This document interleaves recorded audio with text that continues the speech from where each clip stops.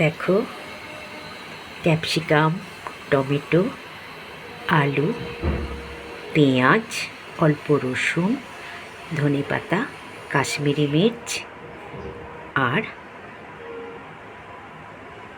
চিংড়ি মাছ দিয়ে আমি সুন্দর করে এটা মেখে রেখেছিলাম।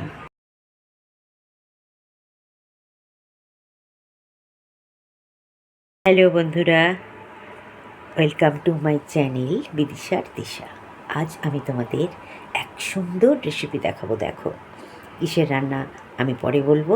দেখো, আগে আমি ছোট ছোট করে আলু কেটে নিয়েছি, ভালো করে ধুয়ে আমি এর মধ্যে কিছু উপকরণ একসাথে মেখে নেব। দেখো, প্রথমে আমি আলুটার মধ্যে হলুদ দিয়ে রেখেছি, আর এখানে দেখো একটা ক্যাপসিকাম আর দুটো টমেটো আমি একদম ছোট ছোট করে দেখো আমি কেটে রেখেছি। এবার এর মধ্যে আমি যে জিনিসগুলো দিচ্ছি দেখতে থাকো। আমি নুন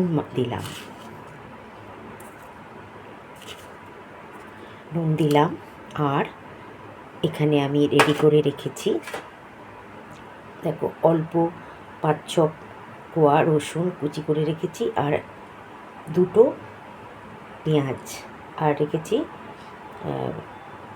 দারচিনি, লবঙ্গ, এলাচ। আমি এর মধ্যে সম্পূর্ণ মশলাগুলো আমি দিয়ে দিলাম। আর এখানে দিলাম কাশ্মীরি লঙ্কা,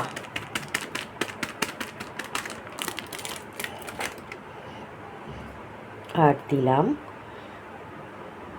পরিমাণ মতো, বেশি এই রান্নাটাতে কিন্তু বেশি তেল একদমই লাগবে না।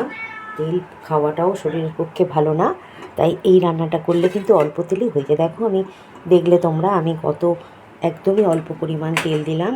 আর দেখো 2-3টে কাঁচা লঙ্কা আমি এর মধ্যে ফাটিয়ে দিয়ে দিচ্ছি। এইটা আমি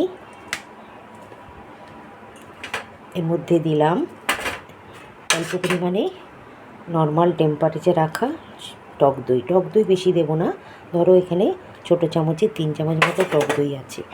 আর এটাতে ব্যালেন্স রাখার জন্য আমি একটু চিনি দিয়ে দিলাম। এইবার এইটা আমি সুন্দর করে হাত দিয়েই মাখবো, চামচে করে মাখাটা ভালো হবে না। তাই আমি সুন্দর করে টমেটোগুলো কিন্তু হাত দিয়ে ভালো করে চেপে দিচ্ছি, যাতে রসটা সুন্দর করে নুন মশলাগুলো এর মধ্যে সবজি আলুর মধ্যে প্রবেশ করে। দেখো আমি সুন্দর করে কিন্তু মেখে নিচ্ছি। এই মাখাটা যত ভালো হবে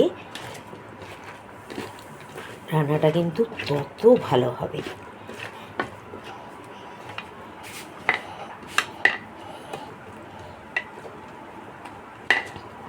এইবারে আমি যেটা দেব, দেখো আমি এর মধ্যে চিংড়ি মাছ, ছোট চিংড়ি, এগুলো কিন্তু আমি খোসা তুলিনি, ভালো করে ধুয়ে নুন মাখা আছে, আমি এর মধ্যে দিয়ে দিলাম।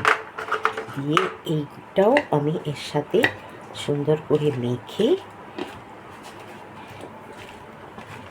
রেডি করে নিচ্ছি। এই মাখাটা কিন্তু আমি রেখে দেবো অন্তত, মানে মিনিমাম আধ ঘন্টা আমাকে রাখতেই হবে। পারলে একটু বেশি পরিমাণ রাখলে এটা খেতে আরও বেশি সুস্বাদু হয়। দেখো আমি ভালো করে একদম মেখে নিলাম। মেখে এটা আমি ঢাকা দিয়ে রাখবো।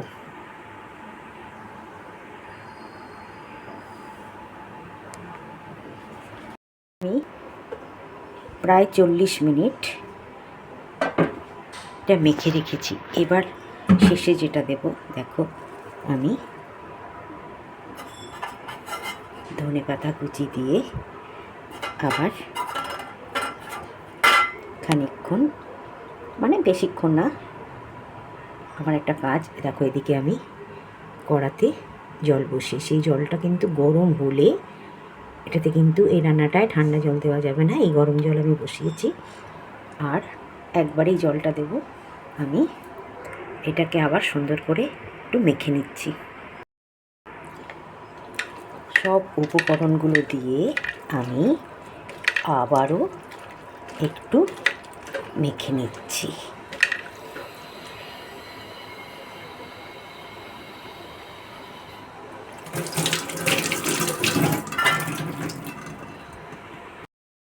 দেখো জলটা কড়া গরম হয়ে গেছে।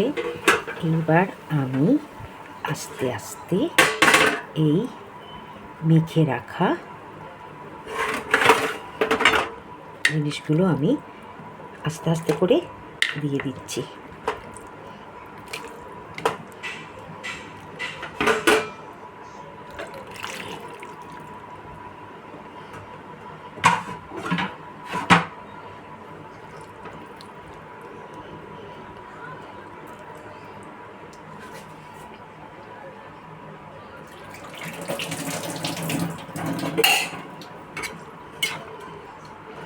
আমি সুন্দর করে মেখে নিলাম। কড়ার জলটা গরম হওয়ার পর কিন্তু এতে আমি দিলাম, আর বাটি ধোয়া জলটা আমি এর মধ্যে দিয়ে ঢাকা দিয়ে দেবো। দেখো আমি এইরকমভাবে জলটা দিয়েছি, এর বেশি জল আমি দেব না। এটা কিন্তু ঝোল ঝোল হবে না, একটু গা মাখা হবে। আর জলটা আমি দিয়েছি তার কারণ যেহেতু এরপরে আমি আর কোনো জল কিছু দেব না, আর আলুটা যেহেতু কাঁচা মাখা আছে, তাই আমি এবার গ্যাস বাড়িয়ে দেব। ফুটে উঠলে তারপরে কিন্তু আমি গ্যাসটা কমিয়ে দেবো। আমি ঢাকা দিয়ে দিলাম। এই রান্নাটা হতে কিন্তু প্রথমে ফুটবে, টকবগিয়ে ফুটলে গ্যাস কমিয়ে দেবো। গ্যাস কমিয়ে কিন্তু 15-20 মিনিট আলু সেদ্ধ হওয়া পর্যন্ত হবে। ঠিক 20 মিনিট পরে আমি গ্যাসটা কমানোই আছে, আমি ঢাকাটা খুললাম। দেখো গ্যাস কমানোই আছে। আমি দেখছি জলটা আলু সেদ্ধ হয়েছে কিনা, আমি দেখে নিচ্ছি। আলুটা সুন্দর সেদ্ধ হয়ে গেছে, দেখো একদম সুন্দর।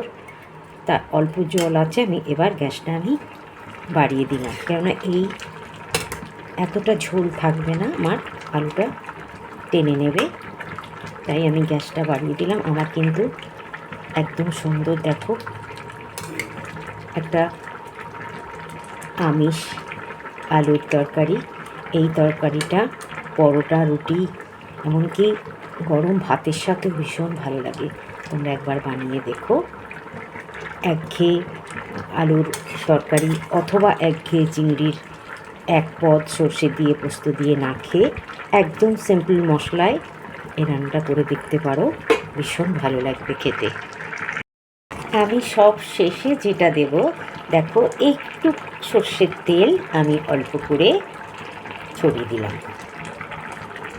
একদম অল্প, হাফ চামচও নয়, ছোটো চামচের একটুখানি, কারণ আমি তেল মশলা কম খাওয়া পছন্দ করি যে শরীরের জন্য। এবার আমার কমপ্লিট হয়ে গেল। আমি এবার ঢাকা দিয়ে দেবো।